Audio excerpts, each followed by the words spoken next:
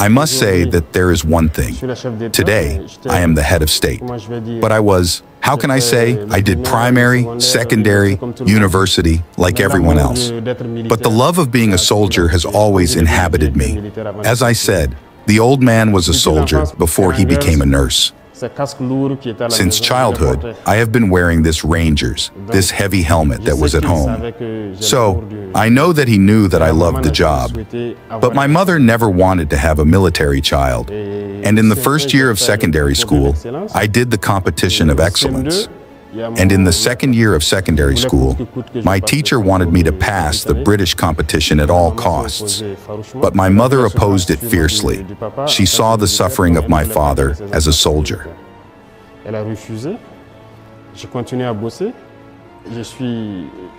So she didn't want any of her children to be soldiers. She refused. I continued to work. I have a scientific passion. That's why I did a scientific field until university, where I was in geology. After high school, I still wanted to join the army. But my mother refused. But when she refused something, I couldn't force it.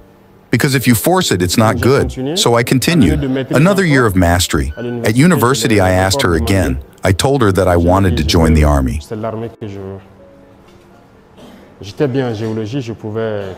I was good at geology. I could do what I wanted. I had a lot of scholarship opportunities.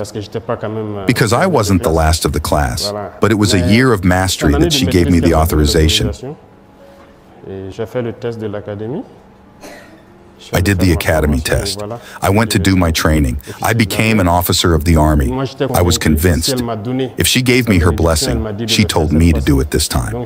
So I was convinced. I knew what I was doing. It's to tell you that, as I said, 14 years old, you find yourself alone in a big city. It's not easy. I was in a mixed high school, in Dakarville, for example, in high school. But I lived in Sarfalao, which is about 7 kilometers away. But I told you that I walked for a long time. In the morning and in the evening, I walked and I came back. Until maybe a friend of a big brother lent me his bike. But I believed in what I wanted. It was, how can I say, it's a conviction. What the Father taught us since childhood, as I told you, He guided us.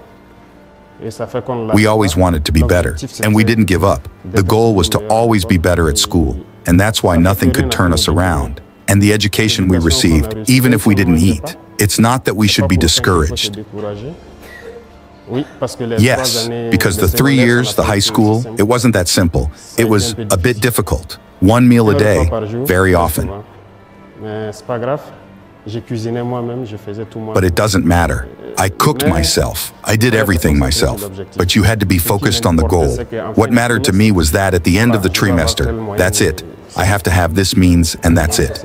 So that's what guided use, if I may say so. Does that satisfy you, or do I have to give you some more details that have...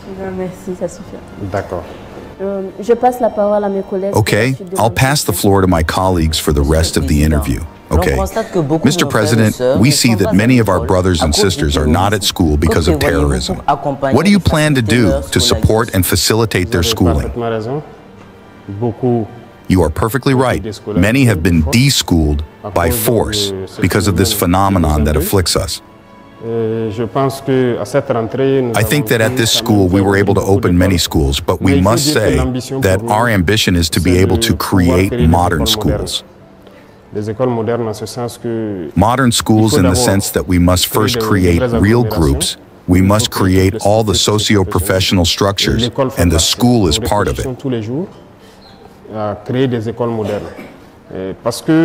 We think every day about creating modern schools, because today there are many villages that cannot return to where people had to leave, because people are currently in certain centers. We have created a framework so that people can study, but it's not the best framework for us. So we want to bring people back to the big centers, but we want to create modern schools where children can thrive. It's not about having a classroom with a lot of staff, where the teachers have a hard time teaching. Otherwise, this already exists. We have put in place a certain number of conditions, but the objective is to build modern schools. This year, we were able to build a few schools, in some cities already. It's true that people don't have the information, but maybe soon the reports will be made. Schools were built even before the holidays, in certain centers where there were enough people. But the objective, when we bring people back to their schools, we want to create new schools where children will learn and thrive. So this process is ongoing. We have opened many schools since the start of the lockdown. Many students have resumed classes. Many closed centers have resumed classes.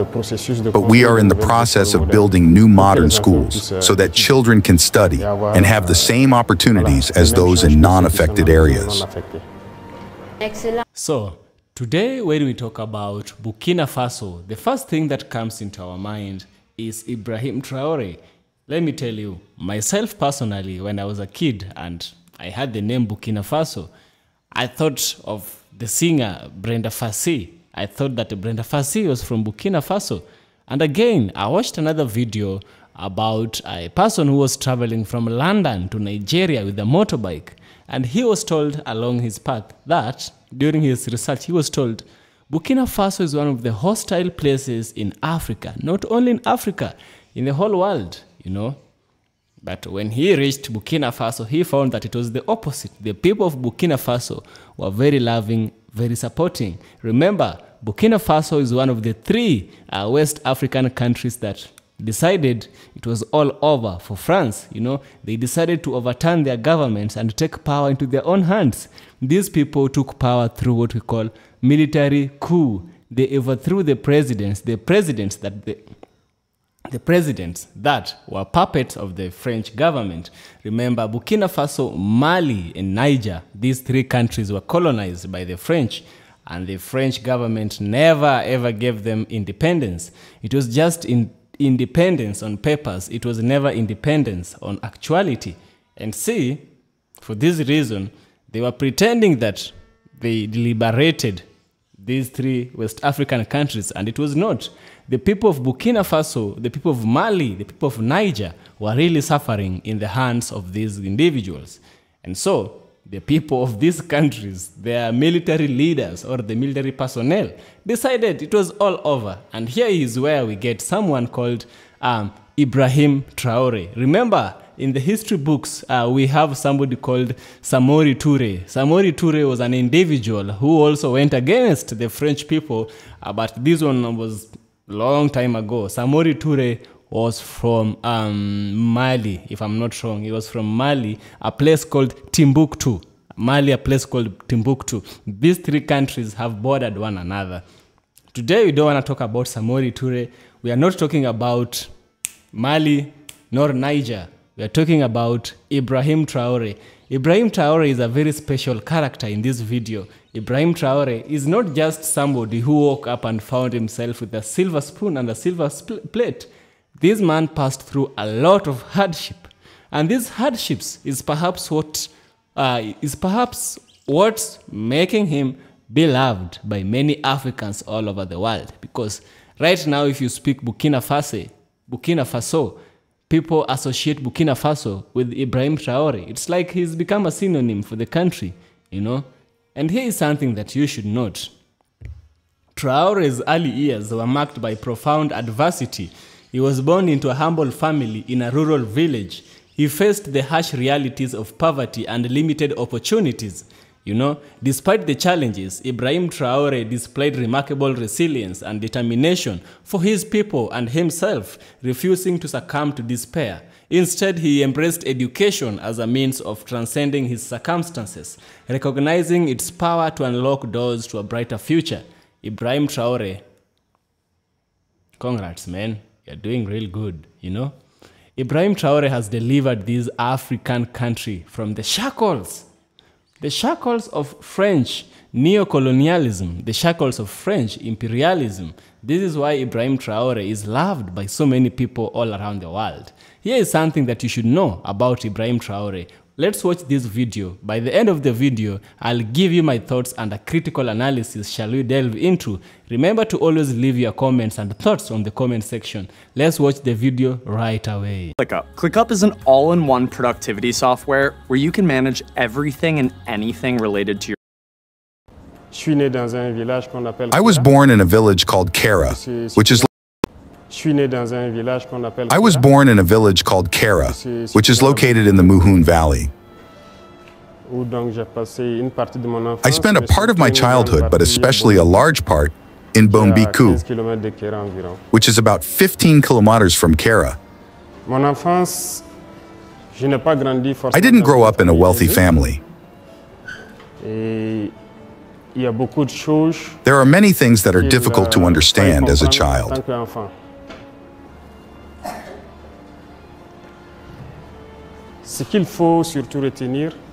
What I need to remember, and this is an opportunity for me to thank the parents, is that at your age, it's not easy.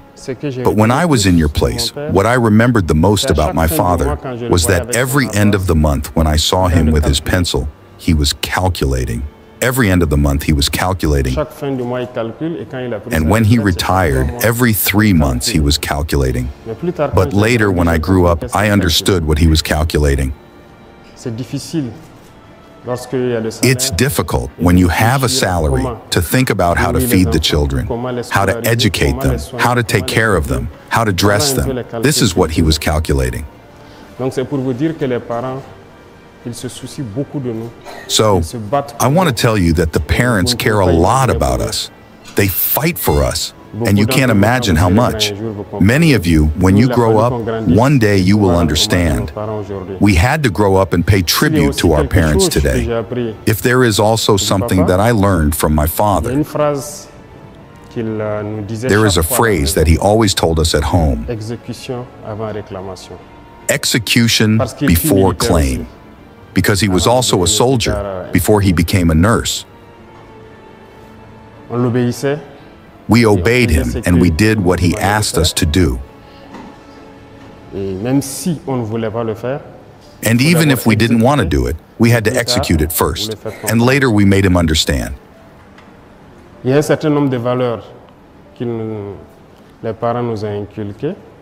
There are a number of values that our parents instilled in us. First of all, it concerns integrity, honor, dignity. These are things that we learned from them, and that forged us, and that allowed us to be who we are today. As I said, the parents were not necessarily easy. But it was not necessary to curse them. It was not necessary to mock them, or to lie or steal. It was strictly forbidden. So there are a number of values, despite the fact that you are not necessarily easy, but you have to embody them. Solidarity, for example. We always learned to share with others.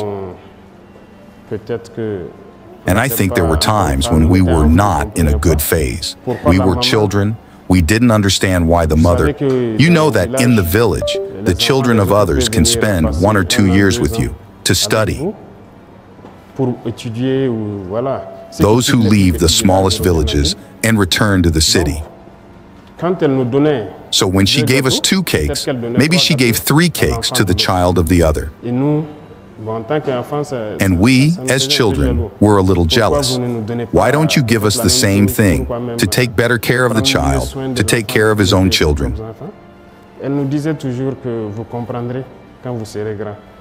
She always told us that you will understand when you grow up, the day you may not be next to us. And when you grow up, you understand. And we also learned to share with others. That's what we were made for. And I, in particular, I did a lot of household chores, what we might call the tasks of girls. I helped my mother wash the dishes, to sell her baths and everything. People may have made fun of me, my classmates at school, but it was a way for me to support her, because it's not easy to have her get up at 5 in the morning every day to bathe, to go to school. I was the first in the recreation. I ran in the area. I helped her sell her baths. My classmates made fun of me. I helped her as best I could. That's what marked my childhood. I found myself at 14 years old, free. When I said free, I found myself all alone. Free to do what I want, but you're not a child by age. It's in the head. And from that moment on, I understood that I had to take my life seriously. Because when I say free at 14, you're free to do what you want. You have the choice to be lazy, to stop working, to stop going to school, but also to continue to pursue, because since elementary school, we may tell you that we have always been first in class. But it's not for nothing, because Dad didn't have fun. He took all his time to teach us at home.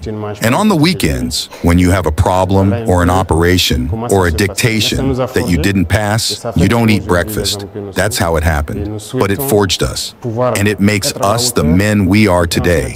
And we want to be up to the task and pass it on to the children you are. And I think that every parent should give their best, and you too, to be grateful and to recognize the work that parents do, to take care of us, to take care of you. That's a bit of a summary. You can say my childhood, how it happened, what we went through. Don't fight for professionals. Your Excellency, Mr. President, we would like to know what the government is doing to guarantee the protection of children's rights and safety in Burkina Faso. I think that this is the main mission of the government. All the struggle that people are carrying out is to guarantee children's rights, if I may say so. First, the right to life, which is a right for everyone. Everyone has the right to life. So everything that we are mobilizing, everything that we are currently doing to fight this terrorism is to guarantee, first of all, the right to life. And what is the right to life? The right to the protection of children. You see, when a father takes up arms, generally to fight evil, it is not for him that he does it. It is for you, the children. If he takes up arms and faces the enemy, he is ready to die, but it is to ensure your protection. It is to protect you. So it is our duty to create these conditions so that men can fight, but to ensure the protection of the children you are. Today, we are living in a situation, but we hope that your lives will be better than ours. Those who do not have the right to a certain number of privileges will have this right tomorrow, because we are convinced that this condition can be renewed anyway. So we have to fight this evil to ensure your right to life, which is the elementary right, to ensure your protection, but also so that you can fulfill your duties, because there is not only the right. I think you know it well, the right is the duty. As much as we ensure your rights, we put everything in place so that you can express and do your duties. So it is the government's primary task to put everything in place so that you can grow up and educate you in fairly serene conditions. Okay? Did I answer your question? Yes. Thank you. Okay. Mr. President, we see that there are many children living with a disability who are not educated due to a lack of suitable schools or because their parents do not have enough money. What can you do to solve this problem? You are absolutely right. We have also built the same schools. And as you said, we have often noticed that we have not paid much attention to this issue for some time. We have built schools where, for example, for those with motor disabilities, we had not planned just the ramps to allow them to access the school and all that, but I think these are things that are currently being fixed. And as I was telling you earlier, we are trying to build modern schools. For example, for those with motor disabilities, they will have their elementary rights that can be respected in these kinds of schools. For those with visual disabilities, I think the arm is developing. So there are many factors that we are studying to integrate into these modern schools that I am talking about. We have to take into account the children with disabilities so that they do not find themselves on the margins. And those who do not have the means, we have to make the school free. There are many countries where education is free. Here it is possible. It is possible because we have spent time making us understand that we are poor, but we are not poor. Governance is the problem, and I think this is why we are rebelling and we are putting everything into action to create the conditions so that you cannot ask the children with disabilities if they do not have the means. Education must be a right. It is a right, and it must be a reality, and it must be free. The dream is to make it happen.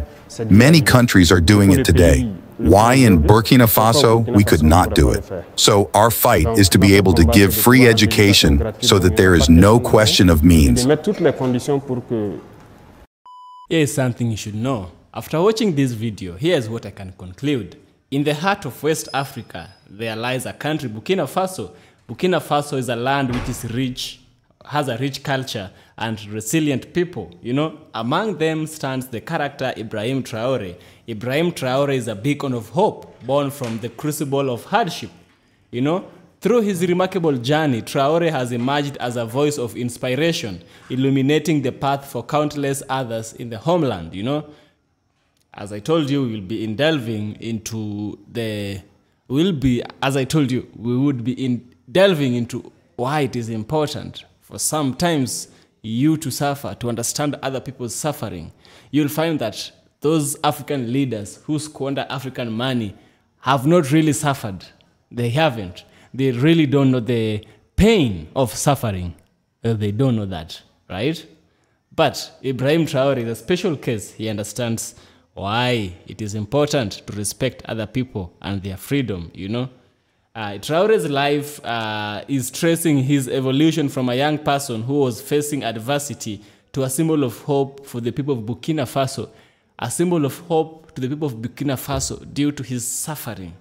His suffering has really helped him become something. Ibrahim Traore's hard life has a lot to tell us about why he is so fierce, why he is so adamant, why he is so supportive, and he understands the pain of the people of Burkina Faso. You know, we'll have to look at a childhood defined by hardship. If someone's childhood is defined by hardship, it explains how they will live their life or how they live their life while as adults, you know. Ibrahim Traore's years were marked by profound adversity. He was born into a humble family in a rural village.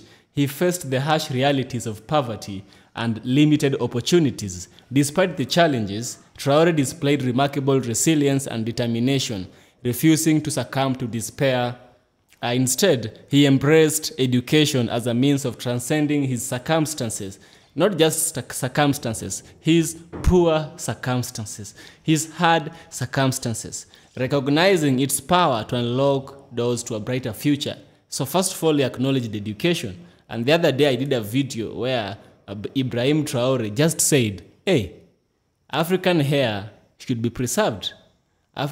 Teachers in high schools, teachers in primary, teachers at all levels in Burkina Faso are not to force Africans in Burkina Faso to shave their African hair. That is what Ibrahim Traore said. He associated African hair with our own identity. We shave our hair, we lose part of our identity, and he didn't want Africans to lose any part of their identity. Remember? It's very hard to find a teacher, a black teacher, telling a white student in a black school to go and shave their hair. But they will tell a black student, go and shave your hair. Ibrahim Traore put an end to that in Burkina Faso. And maybe in Africa, our presidents might take the lead as well, you know. The second thing we should identify is this: the journey of struggle and sacrifice. The journey of struggle and sacrifice. As Ibrahim Traore embarked on his journey of education, he encountered numerous obstacles along the way. From inadequate resources to societal barriers, the path was fraught with challenges. Yet, Ibrahim Traore, fueled by his unwavering determination, he persevered tirelessly, pursuing his dreams despite the odds stacked against him. You know, Traore's journey serves as a testament to the power of resilience and transformative potential of education in overcoming adversity, becoming a voice of hope. Through his tenacity and perseverance, Traore Ibrahim has emerged as a symbol of hope for his Burkinabe community. With each milestone he achieved, he has inspired others to believe in the possibility of a better tomorrow. There is a journey from hardship to hope resonated deeply within the people of Burkina Faso, igniting a spark of optimism amidst the challenges they faced. As he continued to uplift the power of those around him, Traore has influenced and transcended borders, inspiring hope and resilience far beyond his homeland. You know, this is how important the hardship, this is how important someone's life can determine how they relate with other people. You can choose either to go the wrong way or you can choose to go the right way. For Burkina Faso, for Ibrahim Traore, fortunately, he chose the right way, you know.